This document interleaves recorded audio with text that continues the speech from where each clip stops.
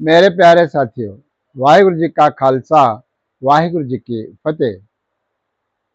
आज हम धन साहेब श्री गुरु अर्जन देव जी महाराज की पावन बाणी श्री सुखमनी साहेब जी के लड़ीवार विचार और चिंतन के अंतर्गत 18वीं अष्टपदी की तीसरी पौड़ी की विचार करने जा रहे हैं।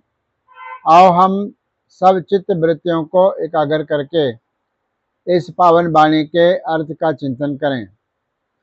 पौड़ी इस प्रकार से है। 20 बिस्वे गुरु का मन माने। 20 बिस्वे का अर्थ है पूर्ण तौर पे, मुकम्मल तौर पे, संपूर्ण तौर पे, पूरा होल। उस प्रकार से पूरे तौर पर गुरु का मन माने। जो गुरु की आज्ञा उपदेश है उसको अपना मन मान ले, सेवक का मन मान ले। कैसा? मुकम्मल तौर पे, 20 बिस्वे पूर्ण तौर पर अपना जो मन है वह अपने गुरु के भरोसे पर आ जाए, यकीन पर आ जाए, उसको कहते हैं 20 बिस्वे गुरु का मन माने। गुरु के उपदेश को अपना जो मन है वह मान ले। अगर ऐसा कोई सेवक है तो सो सेवक परमेश्वर की गत जाने।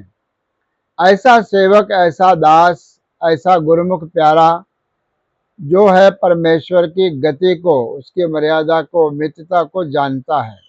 परमेश्वर का जो भेद है वह वही जान सकता है जो संपूर्ण तौर पे अपने गुरु के आदेश को और उपदेश को मानता है। सो सदगुरु जिसे हृदय हर नाव। फिर सदगुरु कौन है? सदगुरु वो है जिसके हृदय के अंदर उस परमात्मा का नाम समाया हुआ है। वो भी कैसा? 20 बिस्वे परिपूर्ण तौर पे सतगुरु के हृदय में उस परमेश्वर का नाम समाया हुआ है। ऐसे महापुरुष को हम सदगुरु कहते हैं। अनेक बार गुरु कौबल जाओ, एक बार नहीं अनेक बार, बारंबार, फिर से फिर से फिर से। क्या करें? गुरु कौबल जाओ, अपने गुरु को बल जाओ करते हैं, बलिहार जाएं, कुर्बान जाएं, उसके ऊपर अपने आप को न्यौछावर करें और एक बार ना करें, बार बार अनेक बार करें। सर्वनिधान जी का दाता, वह जो जी का दाता है, अपने जी को देने वाला है। सर्वनिधान, हर प्रकार के, निधान का अर्थ है खजाना, हर एक प्रकार के खजाने को वह देने वाला है। और हमारे जी को यानी अर्थात हमारे प्राणों को भी वह देने वाला है। हमारा जीवन दाता है और हर प्रकार के खजाने से भरपूर है। 8 पहर पार ब्रह्म रंग राता। 8 पहर का अर्थ है 24 घंटे।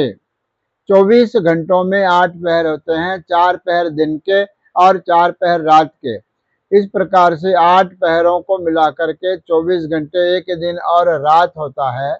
तो महाराज कहते हैं 8 पहर यानी 8 ही पहर, दिन और रात, पार ब्रह्म रंग राता। ऐसा सेवक, ऐसा दास, ऐसा गुरुमुख प्यारा, वो परमात्मा के रंग का अर्थ है प्रेम में, भक्ति में, राता यानी उसके अंदर लिवलीन होया रहता है। ब्रह्म में जन, जन में पार ब्रह्म। बड़ी कीमती पंक्ति है। महाराज कहते हैं कि ब्रह्म में जन, वो जो ब्रह्म है, परमात्मा है, उसमें उस जन का वास है। जन का अर्थ सेवक है, गुरसिक है, भगत है। जन जो है उसका निवास ब्रह्म के अंदर है, अर्थात परमात्मा में उसके सेवक का, उसके जन का, उसके भगत का निवास है। फिर कहते हैं इससे विपरीत भी ठीक है। जन में पार ब्रह्म, और जो जन है वास्तव में, जो सेवक है वास्तव में, उसके हृदय के अंदर वह पार ब्रह्म बैठा हुआ है। अर्थात जन, हर जन दुई एक है। हरि और हरि का जो सेवक है उसके अंदर किसी प्रकार का भेद नहीं है। इसलिए जन में पार ब्रह्म, उस सेवक के अंदर पार ब्रह्म का निवास है। फिर कहते हैं एक आप नहीं कच भरम, वह एक ही है। गुरु और शिष्य एक ही है, भगत और गुरु या परमात्मा एक ही है, गुरु और परमात्मा एक ही है, शिष्य और गुरु भी एक ही है, एक है आप। वह हर स्थान पर एक ही है और एक दूसरे में मिले हुए हैं। नहीं कछ भ्रम, इस बात में किसी प्रकार का भ्रम नहीं है। इस बात में कोई झूठ बात नहीं है, क्योंकि सिख में गुरु है और गुरु में सिख है। ऐसी बात के अंदर किसी प्रकार का कोई भ्रम या असत्य नहीं है। फिर कहते हैं सहस सियानप लया न जाइए। अनेकों प्रकार के चतुराइयों से, सहस सियानप हजारों चतुराइयों से भी लया न जाइए, उस प्रभु परमात्मा को प्राप्त नहीं किया जा सकता। चतुराई से परमात्मा को हासिल नहीं किया जा सकता। चतुराई से भक्ति नहीं की जा सकती। चतुराई से गुरु को प्रसन्न नहीं किया जा सकता। इसलिए लया न जाइए।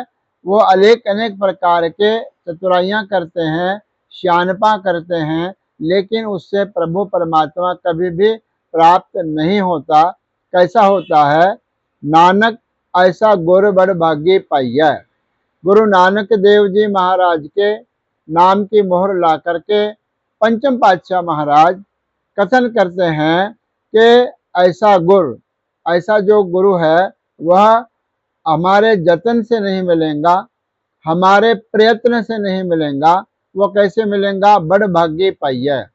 जिनके बड़े भाग है, जो सौभाग्यशाली है, जिन्होंने अपना तन मन सब प्रभु को न्यौछावर कर दिया है, गुरु के चरणों में आ गए हैं, ऐसे जो वडभागी है उनको गुरु की प्राप्ति होती है और उन्हीं को परमात्मा की प्राप्ति होती है।